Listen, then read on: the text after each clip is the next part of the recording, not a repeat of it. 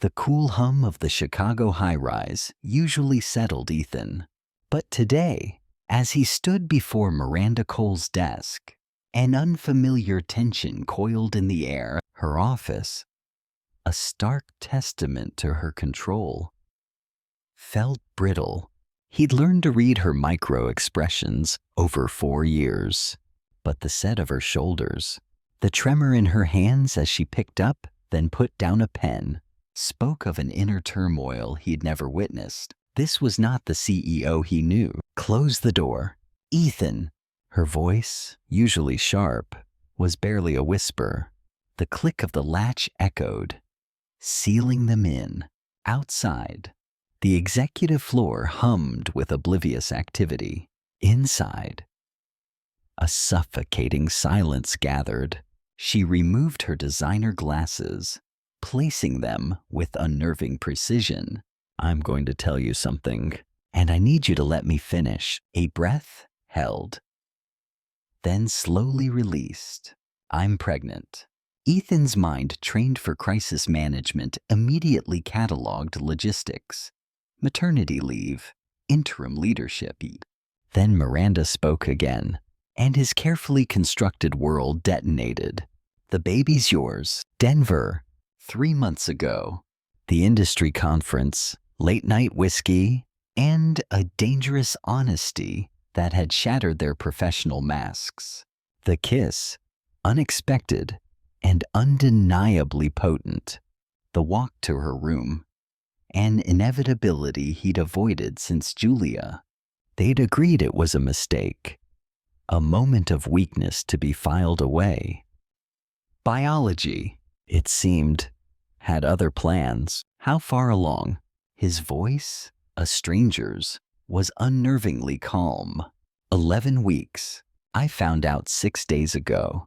Her knuckles were white where her hands clasped the desk. I'm not asking you for anything. Not money, not involvement. I'm telling you because you deserve to know. I'm fully prepared to handle this alone. The words struck him like a physical blow. You think I'd walk away? You're a single father with a 7-year-old and a career built on discipline. Her gaze softened. A flicker of something raw. This is the last thing you need. I wouldn't blame you for pretending this never happened. Ethan strode to the floor-to-ceiling windows. The city a cold, indifferent sprawl below. I lost my wife when Sophie was 6 months old.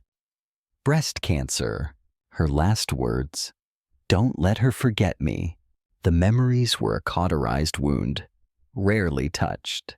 I've spent 6.5 years being both parents, explaining why mommy can't come to the school play. His hands curled into fists, then relaxed with a conscious effort.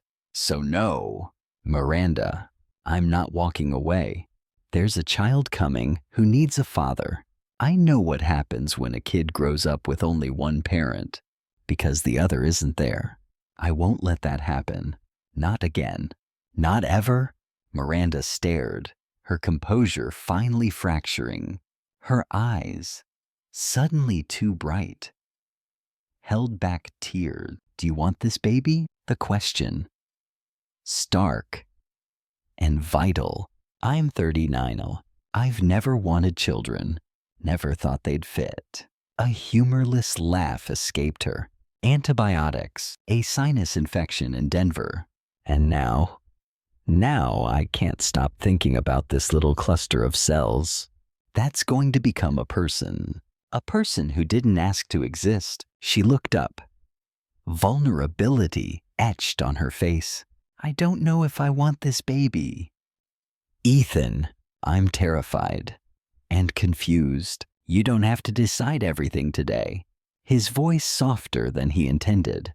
But you're not doing it alone. If you continue this pregnancy, I'm in it fully, completely, as a father who wants to be there. A shaky smile. You're taking this remarkably well. I'm not. He ran a hand through his hair. I'm absolutely losing my mind. I just happen to be very good at compartmentalizing. He managed a small, strained smile. Give me 3 hours. I'll probably have a complete breakdown in my car. She mirrored his smile, tentative but genuine. I'm scheduling my first real appointment for next week. Ultrasound. Do you want to be there? Yes. No hesitation. Text me the details. I'll clear my schedule. The silence that followed was thick with unspoken gravity. Emira. The clinic waiting room was designed for calm, but Miranda's leg bounced under the table. Ethan reached for her hand, a familiar comfort now. After weeks of shared meals and whispered late-night texts, the cool slide of her skin against his, the subtle way her fingers curled into his palm, it was deliberately maintained. A silent agreement to draw strength from proximity. I've never been this nervous before a meeting. Her voice tight. It's going to be fine. She looked at him, a flicker of fear in her eyes. You don't know that. No. His gaze dropped to their joined hands, then returned to hold hers. But I believe it anyway. In the exam room, after the nurse left, Miranda sat on the crinkling paper of the table, looking smaller in the hospital gown. Ethan pretended to study the fetal development chart, but his awareness of her, of the thin barrier of the gown, was absolute. You can turn around. Her voice thin. Dr. Patel, efficient and kind, squeezed gel onto Miranda's abdomen. The screen flickered to life, shapes and shadows. Then, a tiny, curled form, a flickering spot. The heartbeat, arms, legs beginning to bud. There's your baby, right on track for 11 weeks. Heartbeat strong and steady. Ethan felt the air leave his lungs. He'd seen Sophie's ultrasounds, but this was his child. Undeniably real. Miranda's hand found his, gripping hard. Their breaths hitched in unison. Would you like to hear the heartbeat? Miranda nodded, and the room filled with a rapid, thrumming sound, like tiny, insistent hooves. Proof of life. It resonated in Ethan's chest, a physical ache. Beside him, Miranda made a strangled sound, half sob, half laugh. That's our baby. Her voice thick with emotion. That's our baby, Ethan confirmed.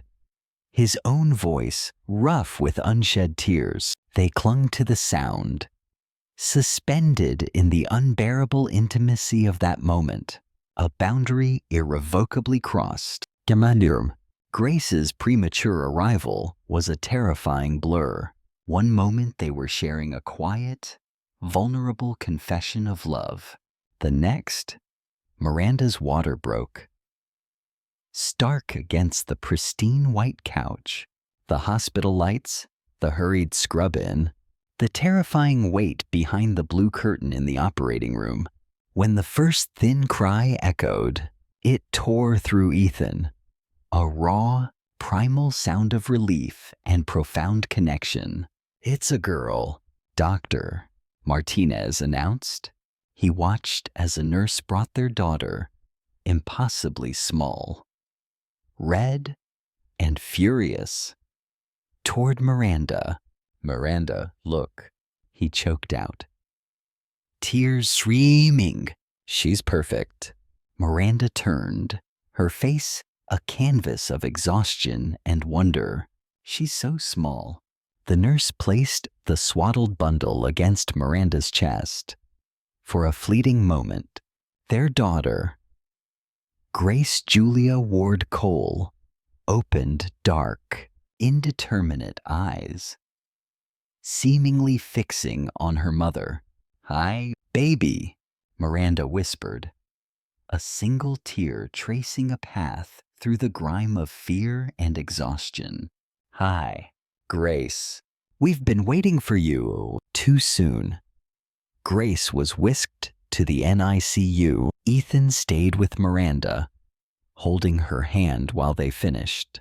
The silence in the recovery room was heavy, filled with the echo of that tiny cry. He sat beside her, watching her sleep.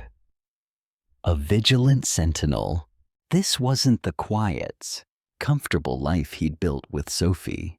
This was a maelstrom, but he was standing in the eye of it, and he wasn't afraid.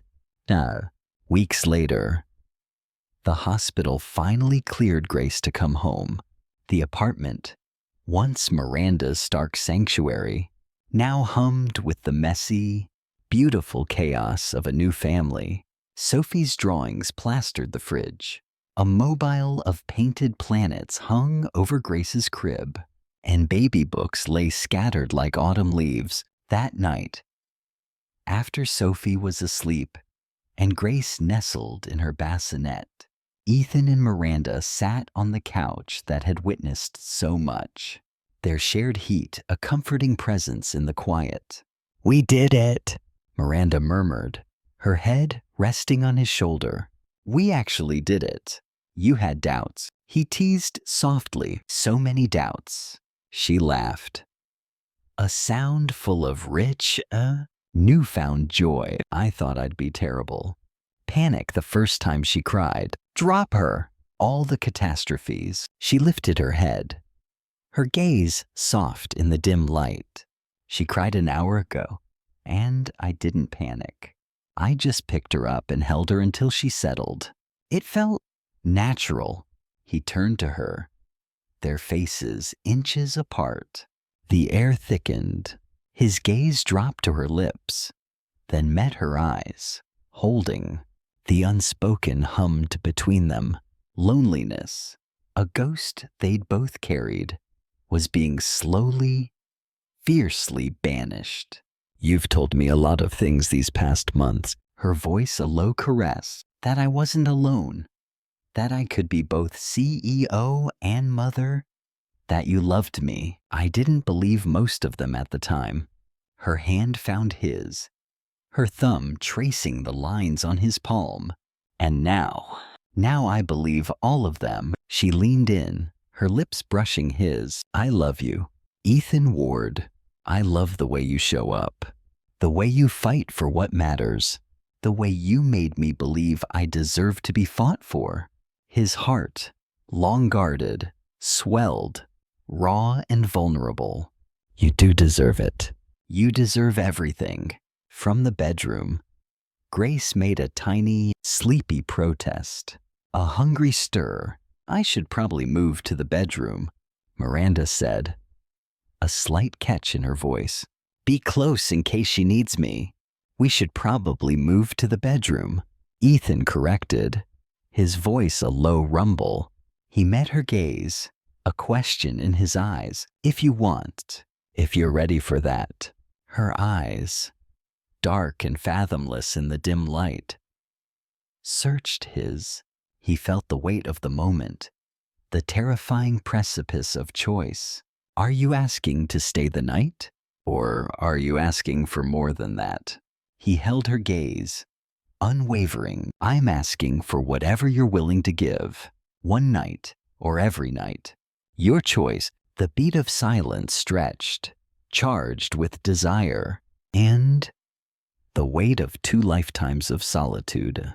He could feel her breath, shallow and quickening, against his cheek. Her body was close, the warmth of her against him, a silent invitation. Moving away now would be a physical wrench. He felt the urgent, contained pressure building, the deep longing for warmth, for recognition, for being wanted, that he'd suppressed for so long. Every night, Ethan